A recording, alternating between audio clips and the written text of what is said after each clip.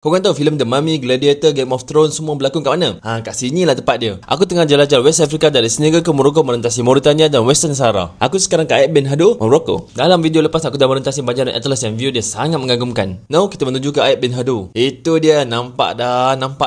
Kalau korang kaki movie mesti korang familiar tempat ni. Macam pernah tengok tapi kat mana ya? Banyak dah filem Hollywood yang besar-besar macam The Mummy, Game of Thrones, Gladiator and macam-macam lagi. Semua shoot kat sini. Korang tengok list dia, Aib Ben Hado ni adalah satu perkampungan real zaman dulu, iaitu kisah yang mana rumah-rumah yang menara dibuat dari tanah liat yang buluh je. Perkampungannya real betul-betul original, bukan set filem. Dahsyat kan? Memang sebelum-sebelum ni ada orang duduk dekat sini. Kalau kau jalan-jalan dalam ni, kau akan feel macam kau masuk dalam dunia lain. Kalau korang ada peluang, try lah datang sini at least sekali.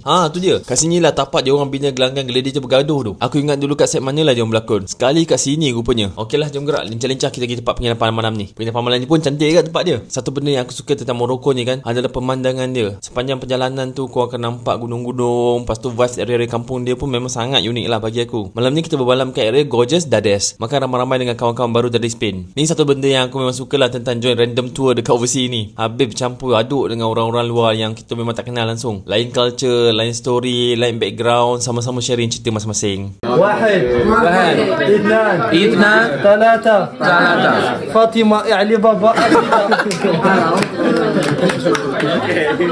Ni pemandangan dari bilik hotel malam ni. Lawa kan? Okey lah korang, good night. Esok aku nak terus shoot sampai ke padang pasir Sahara di Morocco, iaitu di Merzouga. Sambung next video.